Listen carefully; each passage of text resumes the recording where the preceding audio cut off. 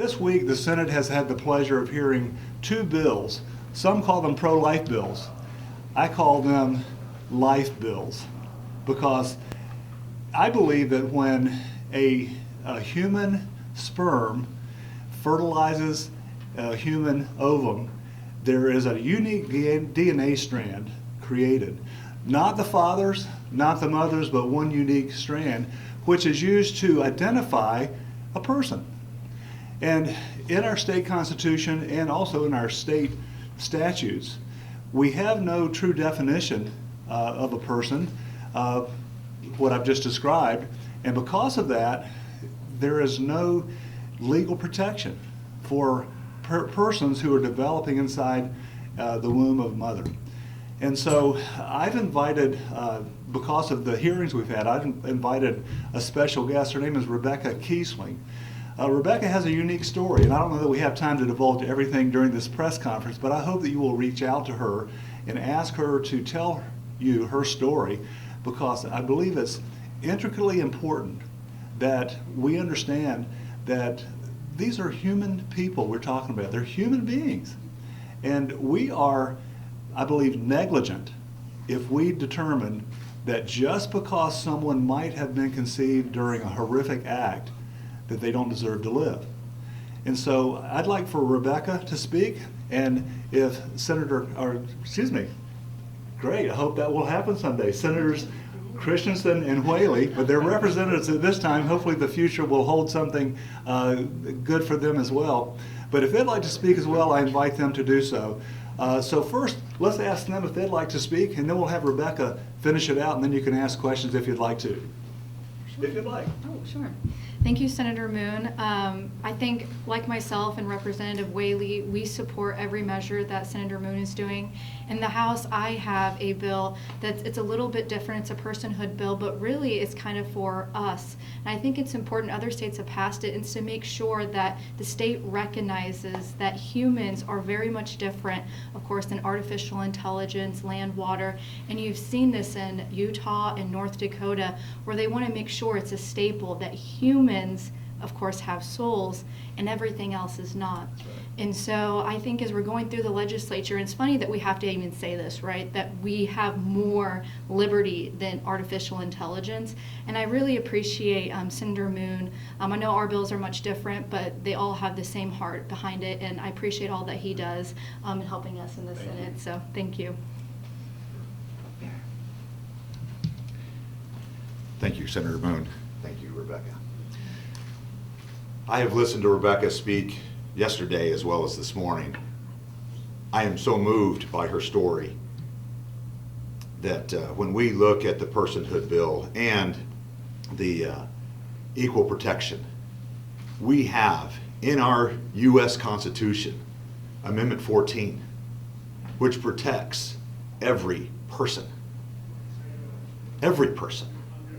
And from conception, that unique DNA. And I have a biology background, so every time I say DNA, I visualize the combining of the male and the female genetic material to a unique genetic structure, a unique individual, a unique person, a unique baby. This is the foundation of our country, is life, liberty, and the pursuit of happiness. We cannot, by any means, extinguish a life that exists, no matter what stage of development that baby is in.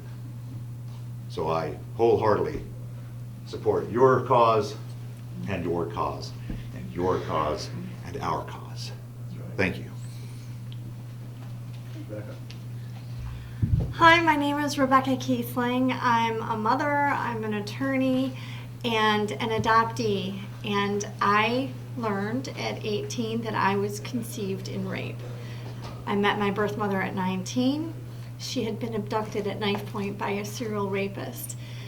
She was happy to meet me, but told me if abortion had been legal at the time that she would have aborted me. 6 years later, she changed her mind about abortion, and today we're both so thankful that we were spared the horror of abortion. And to be clear, I wasn't lucky, I was protected. Yes. legality matters. And I literally owe my birth to pro-life legislators who recognized that mine was a life worth saving. Today, I am the president and founder of a global organization called Save the One, with a network of over 1,200 of us who were conceived in rape and mothers who became pregnant by rape, or incest or sex trafficking, who are raising their children, regret aborting, or suffered forced abortions. We have dozens who are from the state of Missouri. And I testified yesterday on 2 bills, on SJR 33, which is the bill to get it back on the ballot again for the people to vote to ban abortion. But it has discriminatory rape exception, and I'm told that they're going to add fetal abnormalities exception as well. This would be the first time in the history of the United States that a state would put in their constitution that there could be open killing of a people group.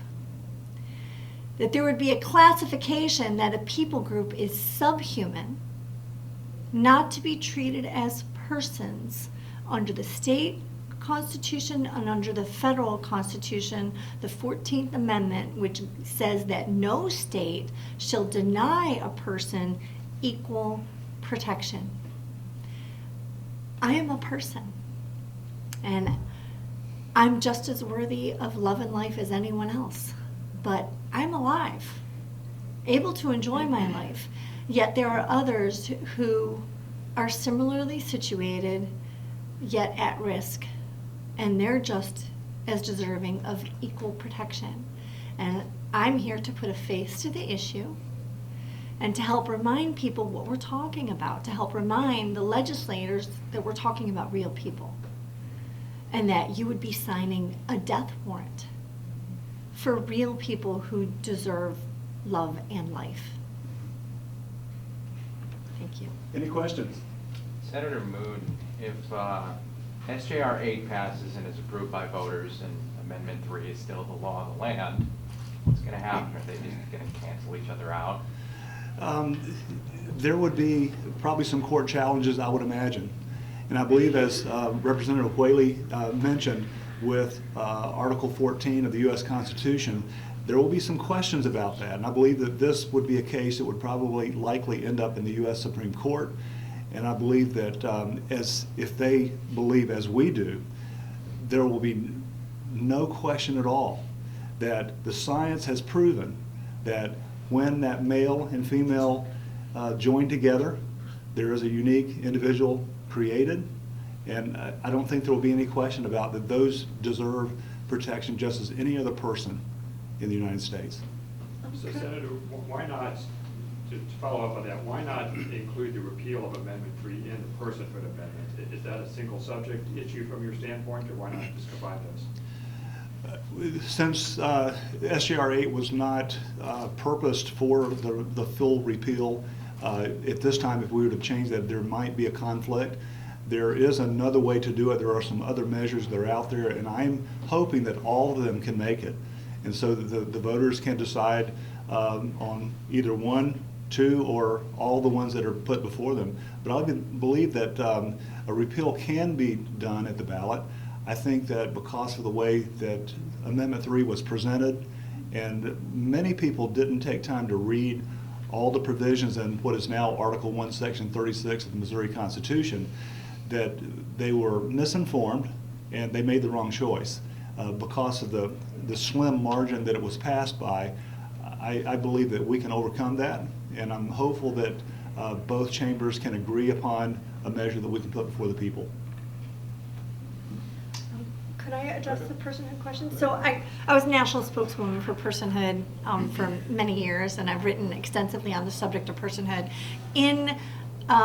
During the oral arguments, this question of personhood was addressed, and one of the justices said that, if in fact the unborn are recognized as persons, then they would be entitled to their right to life under the 14th Amendment due process clause and equal protection clauses.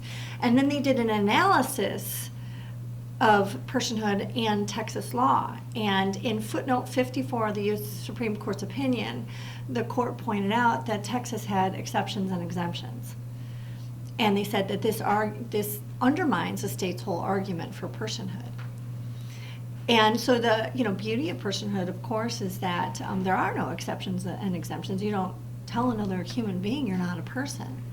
And when it comes to my people group, for example, we live with the stigma for the rest of our lives. This isn't just like a temporary situation that affects the preborn. And of course, it's horrific how many are being aborted. But we also live with this stigma for the rest of our lives, being treated as subhuman and being treated as non-persons. So I think that having personhood is a first step.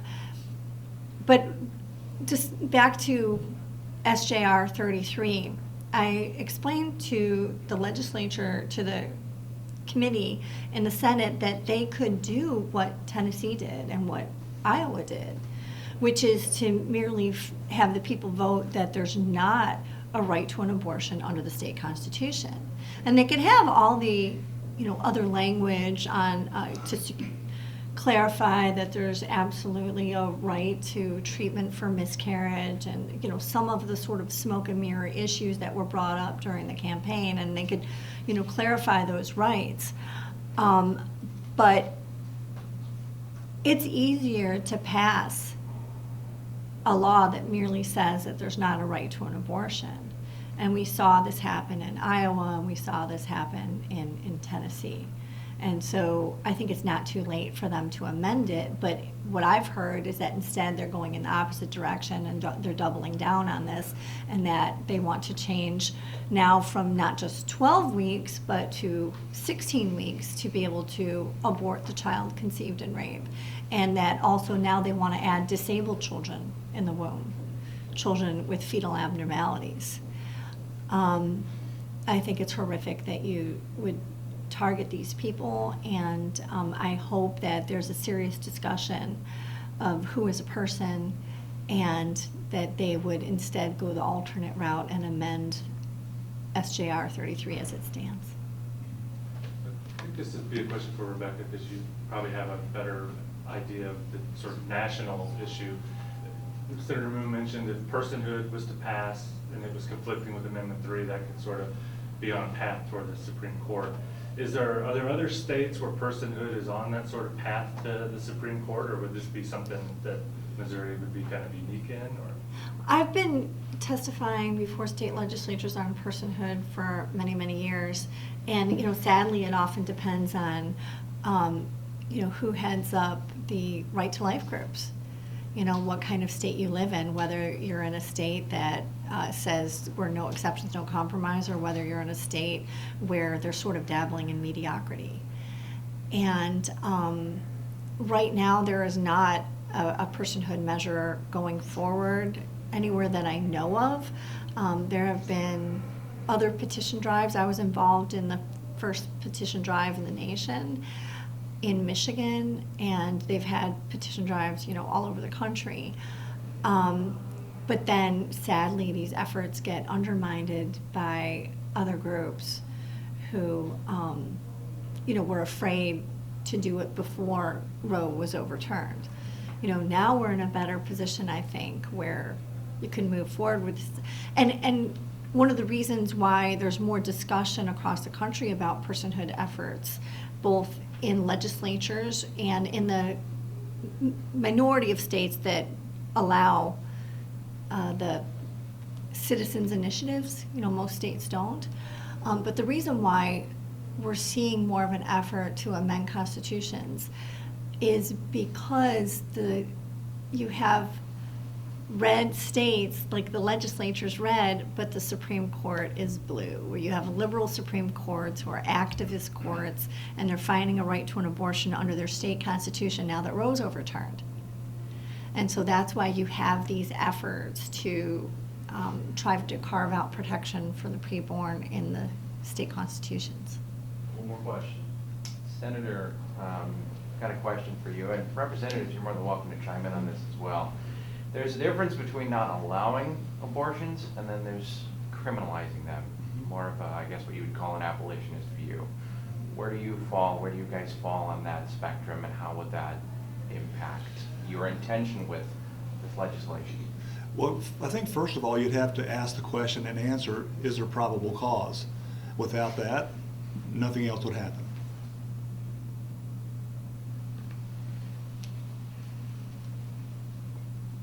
What do you ask? And what do you expect to happen, if, as Rebecca mentioned, the amendment is expanded to include fetal abnormalities, it leads to rape and incest, it comes to the floor, predict the future for me, I guess. What do you think happens in the Senate session when this bill shows up?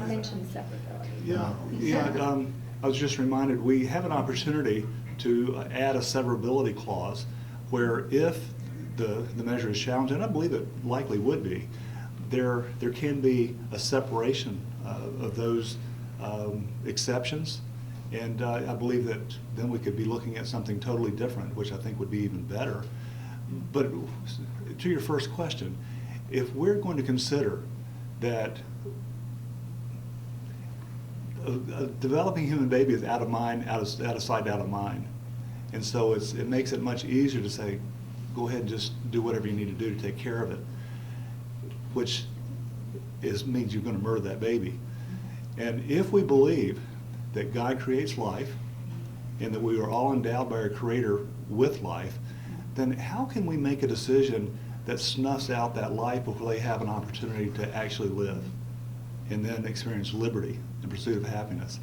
I think it's unconscionable for someone who calls themselves a Republican or even a human being to try to make a decision that is not really in our purview to make. Although we're going to make it because we're in the government and we can. But I think we have to look introspectively, very seriously, and determine, do we really believe that life is created by God? And if so, how can we make a decision that would end that life prematurely? Can I address next steps? So Senator Moon mentioned the severability clause, which I asked for because we were able to sue in the state of Iowa when they added discriminatory exceptions in their heartbeat bill. And then nothing ended up coming of it because while our case was pending, their state Supreme Court found a right to an abortion in the 72-hour waiting period case. So that whole heartbeat law was overturned by their state Supreme Court. I asked for a severability clause because then at least my people group would have the opportunity to sue the state of Missouri if the people were to pass it with the discriminatory exceptions. And we would file in federal court asking that the offensive provisions, that the offending provisions be removed as violative of the 14th Amendment, and then it would work its way up through the federal courts and perhaps to the Supreme Court.